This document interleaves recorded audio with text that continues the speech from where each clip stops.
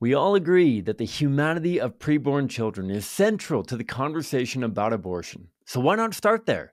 Today's episode is all about why we should be starting with circumstances and justifications for abortion rather than starting with the humanity of the preborn child. Stay tuned.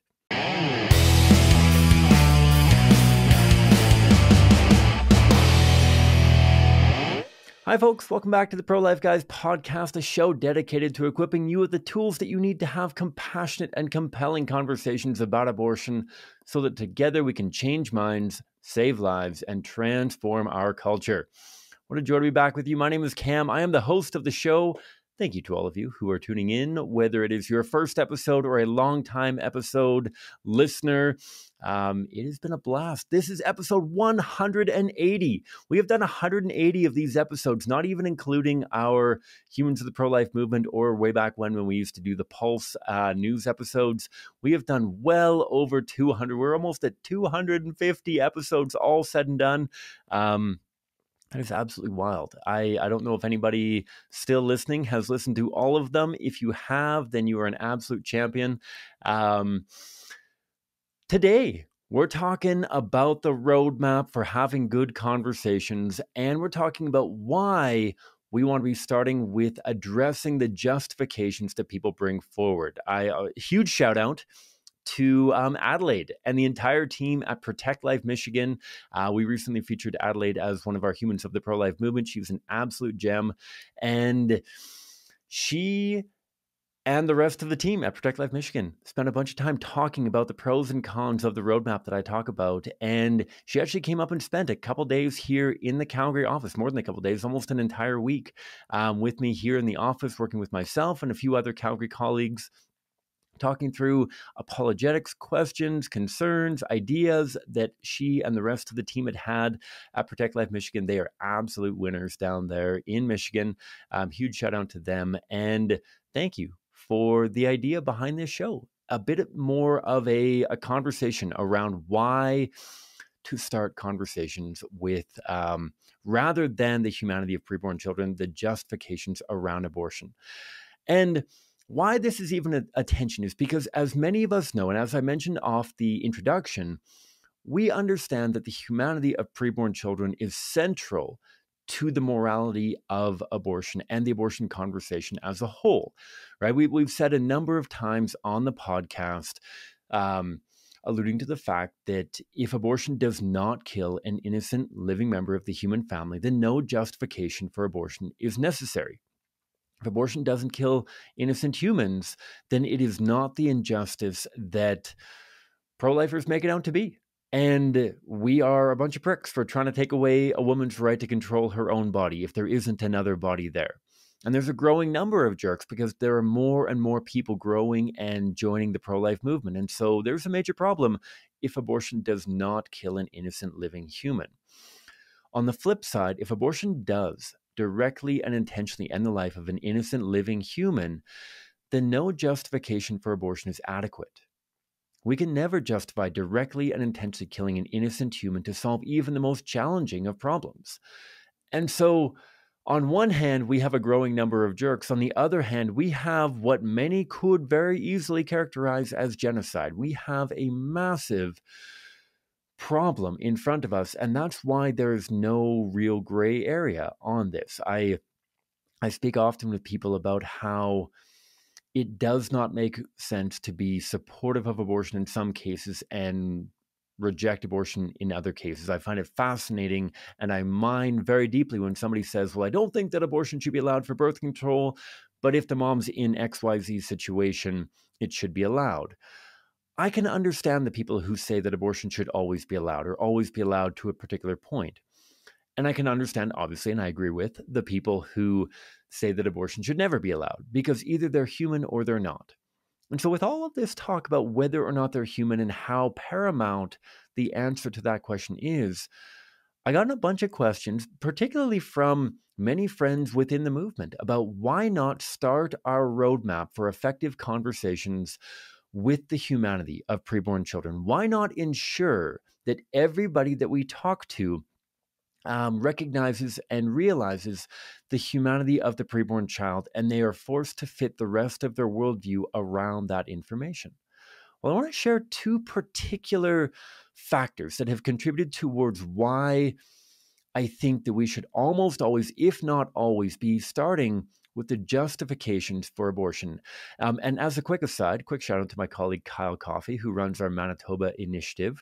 Kyle is an absolute maniac when it comes to asking great questions and having great conversations. I chat with him if not every week, every 2 weeks, sometimes twice every week, because he and I are working on some public speaking development. Kyle's an absolute beauty out there. And he was asking me recently about why I say justifications and not just circumstances.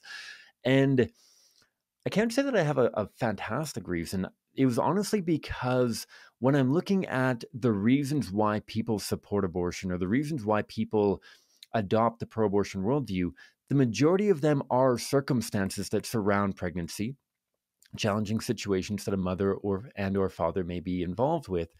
But then there's also the factor of bodily autonomy. And bodily autonomy obviously comes up very frequently in conversation. And in many ways, it can be bundled with the other circumstances, but bodily autonomy itself is not a circumstance. It is a philosophical justification. And there's a few other philosophical justifications that are not pure social circumstances that surround mothers and fathers. And so we broadened it to call it justifications for abortion. And so I want to get into two prevailing reasons as to why I think that it is important to always start by addressing the reasons why people support abortion and then move towards the humanity of the preborn child. And then, if necessary, drop down and talk about the personhood of preborn children rather than shortcutting to one or the other of those before we get to the pro-life worldview. And the first reason is because based on my experience of thousands of conversations and the shared experience of dozens and hundreds of other CCBR interns and staff and volunteers and members of other pro-life organizations, what I have found time and time again is that the overwhelming majority of people support abortion because of hard circumstances. That is where their brain and their heart go to when they consider the issue of abortion. Because of that, I want to meet them where they're at. Because while the burden of proof might weigh upon their shoulders and all this wonderful stuff that we might learn in our logic classes that we are yet taking as pro-lifers, the vast majority of people that we talk to aren't there. And so they're not going to track with us if we're not meeting them where they're at. They need to have their concerns addressed because they're not at times even listening to us until we get there. They might say, sure. I will, on the surface, agree with all of your humanity, but it's kind of in one ear and out the other until you address my concerns about this justification. I think often as to the violinist argument. So often we talk about the violinist and how it apparently concedes the humanity of the preborn and gets towards the justification of bodily autonomy. And I find that I encounter that time and time again, that the humanity is accidental to the urgency of the situation that the person is bringing forward as they consider the pregnant mother and the parents involved in that situation. And so I literally just find it very ineffective with regards to actually building any kind of resonance. And often I also find it very inefficient because I end up, if I were to, and I have done this on a number of occasions, and so I definitely appreciate the approach. I've definitely gone there hundreds of times myself, starting with the humanity of preborn children. I find that so often I'm talking through their humanity only to realize that their actual worldview is underpinned by circumstantial support for abortion. I go back in time in some ways, I address the justification, and I feel like I have to recount and rebuild the humanity anyways. And like, didn't we talk about this? Didn't we start the conversation by talking about this?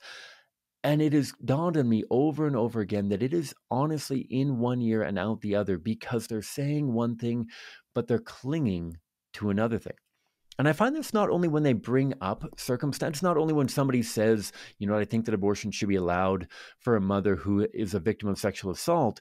Not only in those cases do I think that it'd be inappropriate to go directly towards the humanity of the preborn child and respond with, I hear where you're coming from. Could we agree that all humans get human rights? If something is growing, even from 1 cell to 2 cells to 4 cells, isn't it alive? If that living organism has human parents, isn't he or she a living human?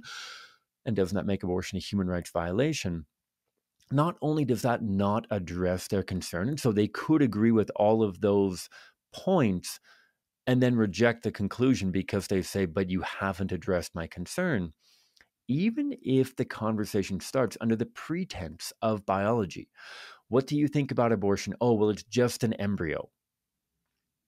They say that, and it sounds like they're making a humanity argument. And so I'm tempted to dive in and say either something along the lines of, well, what kind of embryo?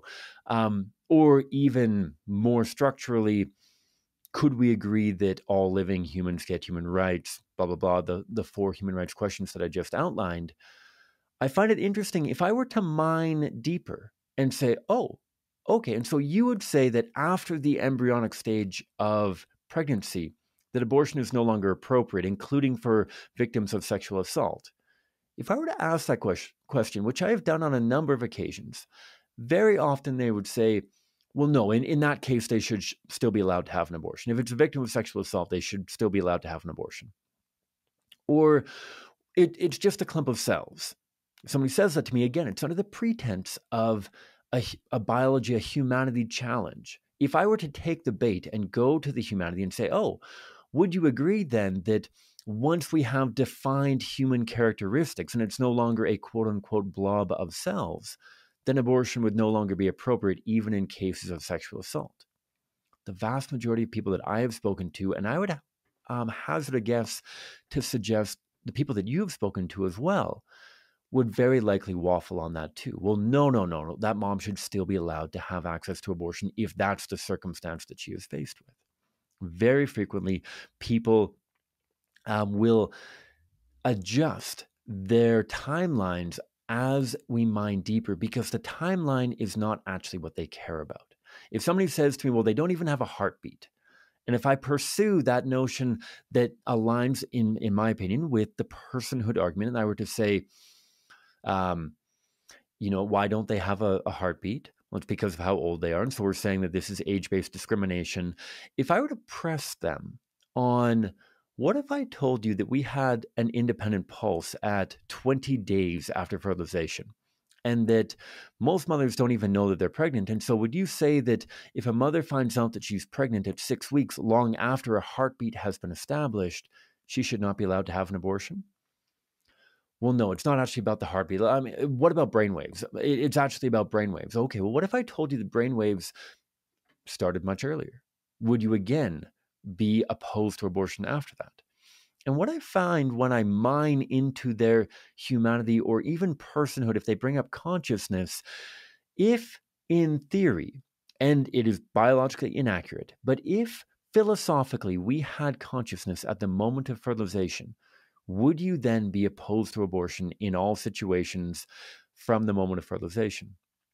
And I think that you may be surprised by how many people will say no, that it's not actually about the biological question they have brought forward. Neither is it about the philosophical statement of personhood or the timeline of development that they have brought forward, but rather what they're getting at is a skewed and warped and inverted in some ways notion of a money-back guarantee or a warranty. What do I mean by that? We have become accustomed in contemporary culture to having a period of time in which we can gauge our satisfaction, our comfort, our agreement with something, and be able to return it. If I go to drop a bunch of money on a product, there's often a warranty. If you are not satisfied with this product, there's a full money-back guarantee. At Amazon, you can return something often if you're simply not happy with it. If you realize that you have overcommitted yourself financially and you know what, I don't want this anymore, I can return this. You might not be able to return it on Boxing Day, but you can return it on almost every other day. And I feel like in some ways that's what people are getting at with their worldview around abortion, that they want some vaguely undefined amount of time that maybe they'll latch on to brainwaves or consciousness or a heartbeat or the embryonic stage or something. They want some period of time during which a mother can get a money-back guarantee that, you know what, I changed my mind. I don't want to go through this. I don't want this commitment. Therefore, I'm allowed to say, get on a jail-free card or return this product. Because not to say that we've adopted that mentality because of the commercialization and how our marketing industry has gone, but I think that there's something eerily similar to that. That what people are getting at is the circumstances. That the humanity and philosophical components are often very much tied to simply wanting a window of time that if a mother's situation changes, or if upon reflecting further upon her situation, she realizes that she is not in the position to provide a high quality of life, or she's not willing to sacrifice her own quality of life, that she should be allowed to have some opportunity to get out of that scenario. That's the first reason why I think the vast majority of conversations should start with addressing the justification, because I think that's where a lot of people's hearts are at. It might not be where their head is at. It might not be the first argument that they bring forward, but I think that it is very frequently the most important issue for them. And if we drive at why does consciousness matter? Like, why do you care about having that window? It's often a matter of because women need that window of time to be able to have further discernment. They probably won't use the word discernment, but for lack of a better word, that's what they're looking for. The second reason that I want to start with the justification or circumstances that they have brought forward is because if you had a room full of abortion advocates and you were to ask them to list as rank with the biggest problem and the second biggest problem with pro-lifers, do you think the biggest problem with pro-lifers is that they don't know what they're talking about, or that they don't care about the people involved in abortion? Is this a matter of a lack of empathy or a lack of intelligence? You might get some tongue-in-cheek people that will want to say a lack of intelligence, but I think the vast majority of abortion-minded people will characterize and stereotype pro-lifers as people who have a lack of compassion, a lack of empathy, a lack of concern for the parents of that preborn child.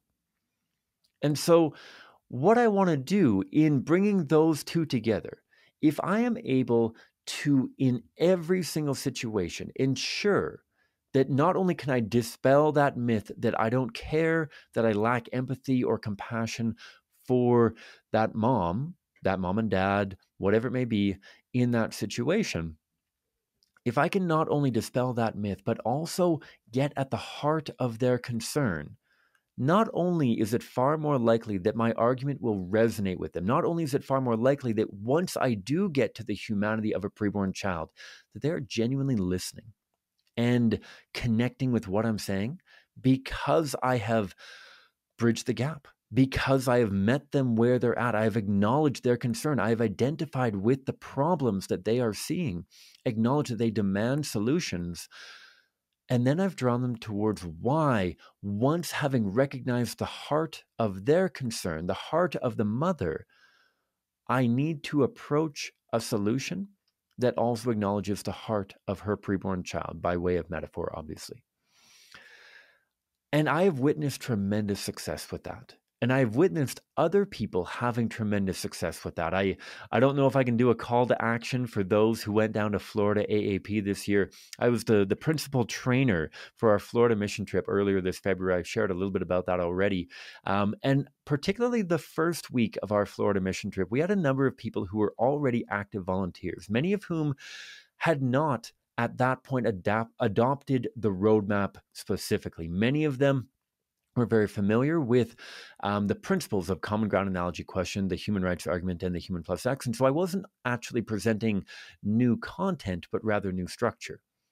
And many of them shared with me as the week progressed how well it actually influenced their conversations. People who had been having dozens, if not hundreds of conversations already before, who had already gained a high degree of confidence, that it allowed them to get breakthroughs that at times they hadn't seen before. And so I think that is honestly the best um, um, endorsement of it. People who are actively doing apologetics. I had a number of really great conversations with Adelaide and others about this as well. And so those are the two biggest reasons that in some ways I want to address their heart out of a genuine concern for them, because I believe that is most effective.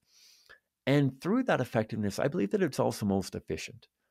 That though I might need to go round and round again to demonstrate my empathy and concern from others, and I might have to go through that justification stage a number of times in a conversation, very rarely do I find that I need to retrace my steps for the humanity.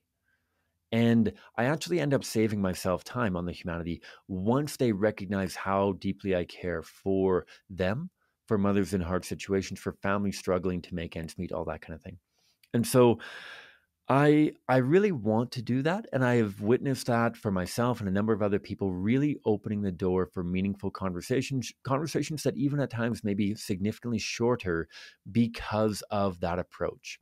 That's what I found, and that's what I hope and I pray you will find as well, that by launching into conversations, by mining these presenting responses, it's just an embryo, it doesn't even have a heartbeat, it doesn't this, doesn't that, rather than taking the bait on the humanity or the personhood, mine a little bit deeper with one or two questions about whether or not that applies to people in difficult circumstances, or whether those in difficult circumstances should be allowed access to abortion beyond that.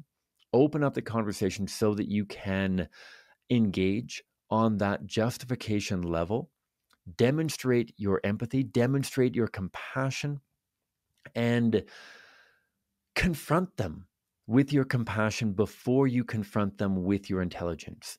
In some ways, I genuinely think about it this way. If I can have them leave with only one thing, I would rather them leave with an understanding that pro-lifers genuinely care, that their stereotype of pro-lifers is inaccurate, than building into that stereotype of, well, sure, they spouted off a whole bunch of stuff about the humanity of the preborn child, but they didn't actually care, or they didn't address any of my concerns. Therefore, I'm not even going to think about the points that they bring forward.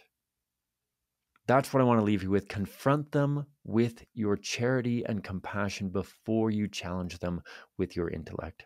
All right. I hope that makes sense. Please do send me your questions, your concerns, any thoughts that you might have. Florida AAP people, if you have an endorsement, if you disagree with me, if you say, no, Cam, sorry, I tried your roadmap and it was terrible.